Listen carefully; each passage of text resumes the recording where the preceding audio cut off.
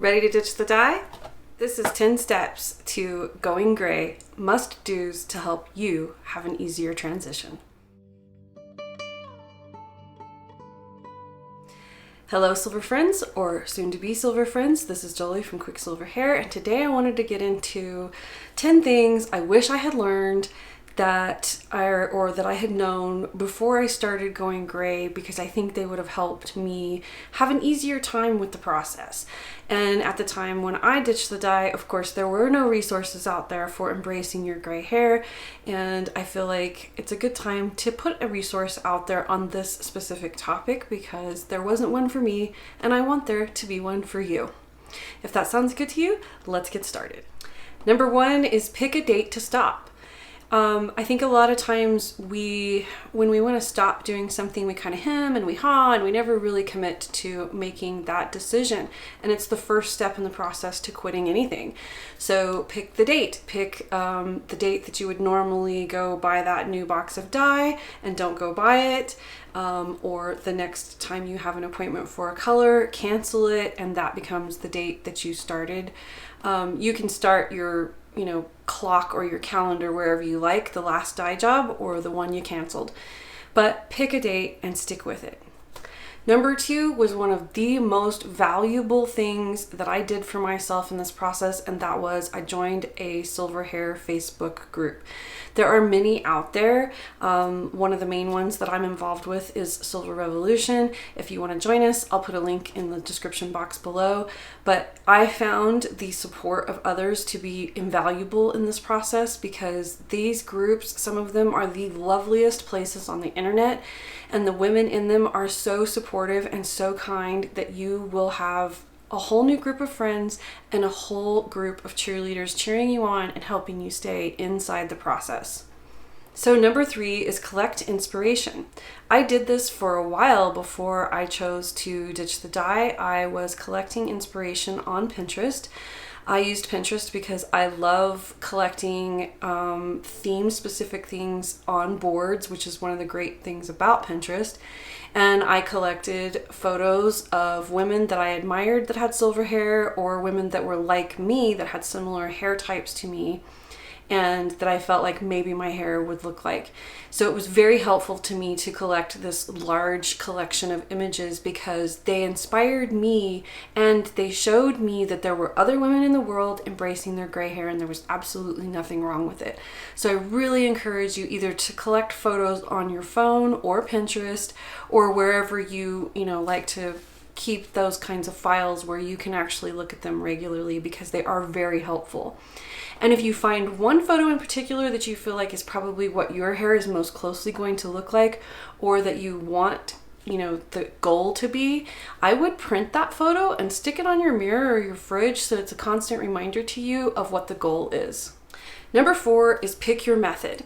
So in my next video, which will be the follow-on to this one, will be 10 different ways you can grow out your gray hair. And basically that's all there is. There's about 10 different ways that you can really embrace your gray and grow it out. And there are too many of them, obviously, for me to put right here in this video, but I want to make it a point that right here, pick a method. And number 5 is stick to that method, because the more you deviate from that method, the longer it's going to take.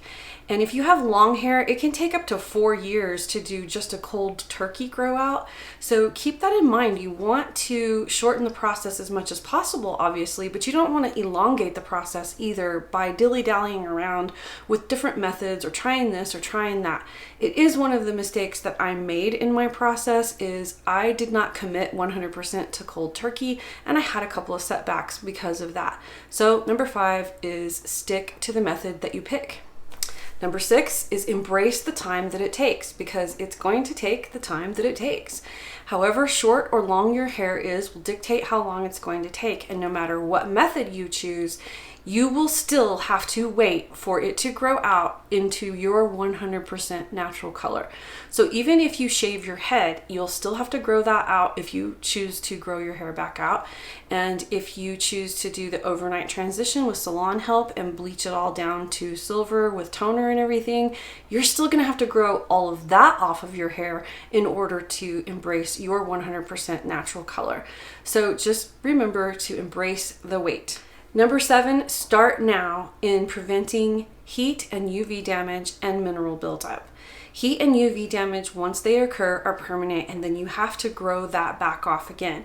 So you want to stop that before it starts if you can.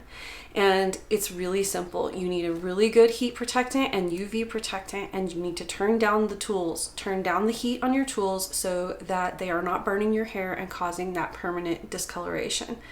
If you don't have a whole home filter and you have hard water, you want to put a shower filter on your shower. There are different ones out there. Some of them do more job, some of them do less job, but a shower filter can be helpful in just eliminating some of the things in the water that can attach to your hair and cause discoloration. If you can't have a filtration system of some sort, make sure you have a good chelating shampoo that you're using regularly to prevent that mineral buildup, because once it starts building up and building on itself, it's very difficult sometimes to remove. Number 8, have fun with it. Learn how to wear different hairstyles like braids, get some really great headbands, maybe some hats, or you can even try a wig. And some people enjoy, touching up the ends if they're doing cold turkey with the same color that is their natural color at their nape, or one of the colors that they were dyeing their hair, so that that transition line, that demarcation line isn't so faded and brassy or coppery, but looks a little bit fresh and on purpose. I also know a few people that have used a really bright, fun color like turquoise or purple on the dyed ends, and then they have this kind of fun transition going on where they're not stressed about that color on the ends, and they're just having fun with that temporary color. So have fun with it. It's worth it. Number 9 is document your journey. Pick a day of the month, a specific time of day, and a specific location in your home or your office, and take photos or videos so that you can see where you started, where you are, and where you end up. I think this is an invaluable tool because it helps you with progress. It helps you understand. And when you share these photos or videos in your group, you get that encouragement from your fellow members and your new friends, and it's very helpful because especially when you get into a situation where you might be down about it or somebody says something shitty, you have a group of people that can see that photo and help encourage you and help you understand how beautiful you actually are and keep you going. Number 10 is brace yourself for the negative comments. They will come. If they don't, count yourself fortunate, because that means you're surrounded by people that would never say anything to insult you or offend you. But occasionally, in my case, a stranger was the one that offended me and said something derogatory about my silver hair. So I still had a nice little witty comeback, which I have a post on insults and how to respond to them. I'll link it in the description box below. But the fact of the matter is, there are going to be people who are going to say things to you, and you need to brace yourself for it and prepare for being confident about your choice. And remember, this is your hair, this is your life, and you shouldn't let anyone say anything to you that'll make you give up on something that's a goal for you. And it's really important that you don't believe someone when it comes to your appearance and how you want to present yourself to the world, because the fact of the matter is, it's your hair, it's your life. Did I miss anything? Do you have some other pointers that you wish you had known when you embraced your silver hair, or when you ditched the dye? Was there something that you learned that you want to pass on to others in the process? If so, comment in the comment section below, because I would love to hear those thoughts. And I hope you enjoyed this video today. If you did, please give it a thumbs up. Subscribe to my channel if you haven't already. Share this content, and I'll see you next time. Until then, shine on.